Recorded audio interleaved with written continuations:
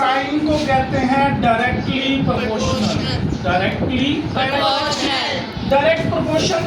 और अगर यही साइन किसी वैल्यू के साथ इस तरह आ जाता है कि a 1/x, अब ये जो साइन है ये इनवर्सली प्रोपोर्शनल कहलाएगा।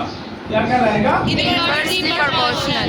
और अगर ये साइन इस तरह हो के डायरेक्ट t के, तो हम जब डबल मतलब बटा नहीं होगा तो उसको डायरेक्टली प्रोपोर्शनल कहेंगे इसी साइन को।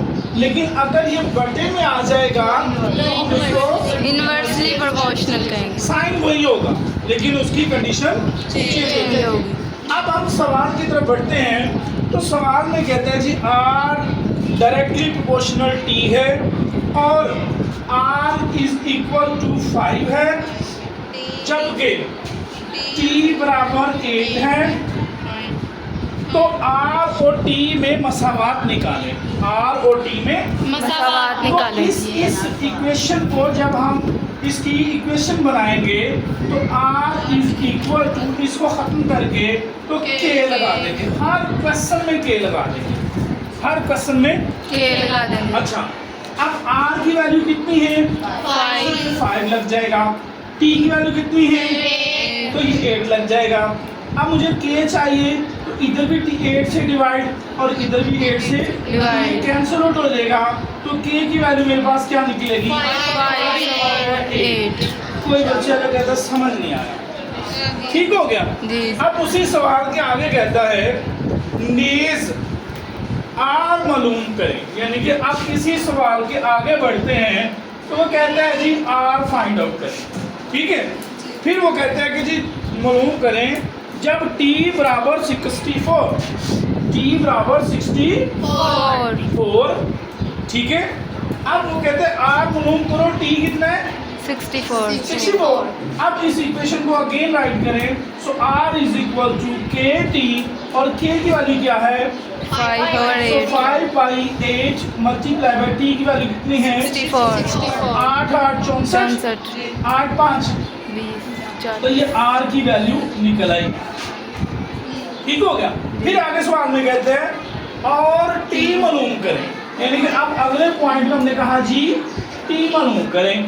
फिर वो क्या कहता है जबकि r इज इक्वल टू 20, ऐसे ही है जी। अब हम फिर लिखेंगे r is equal to kt। अब k क्या है? 5/8। अब t क्या है? t फाइंड करना है और r कितना है? 120। अब ये वैल्यू जब इस साइड पे आएगी उलट जाएगी, यानी कि 20 मल्टीप्लाई बाई 8/5 हो जाएगा। जी। यहाँ 5/8 था, जब इक्वल से दूसरी साइड पे आएगा तो वैल्यू उलट जाएगी। 5 4 20 4 8 32। तो ये t की वैल्यू आपके पास निकल आई। कोई बच्चा जो कहता समझ नहीं है। अगले क्वेश्चन को जरा गौर से देखें तो वहां पर वो कहता है कि आपके पास r डायरेक्टली प्रोपोर्शनल t की स्क्वायर है, जी। ऐसे ही है, जी। और r इज इक्वल टू क्या है? 8 और t इज इक्वल टू क्या है? 3। तो वो कहते हैं r मालूम करें, ऐसे ही है, जी। r मालूम करें। जबकि t बराबर 6। अच्छा, अब इसमें देखें तो ये भी t दे दिया और ये भी। डी दे। जब लफ्ज जब के आएगा ना, इसका मतलब है कि ये दो वैल्यू के लिए अलग पोर्शन है वैल्यू सवाल का और इसके लिए सेपरेट। कैसे मतलब? r इज इक्वल टू क्या आ जाएगा? kt। एक बात समझ में आ गई? जी। पहले हर क्वेश्चन में ऐसे करेंगे कि जब भी ये डायरेक्ट पोर्शन आएगा उसकी जगह पे खत्म करके k लगाए। अगले पॉइंट पे कहते हैं r कितना है? 8। तो हमने r की जगह पे क्या लगा दिया? 8 इक्वल k क्या है?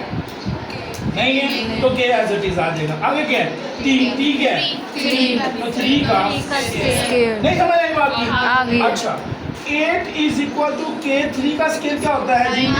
9। अब k निकालना है ओवर 9 9 से कैंसिल आउट, तो k की वैल्यू 8/9। क्वेश्चन में पहले k की वैल्यू फाइंड आउट करेंगे।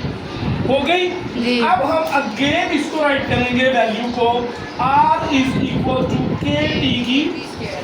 अब उसने कहा कि r निकाले, r निकालें।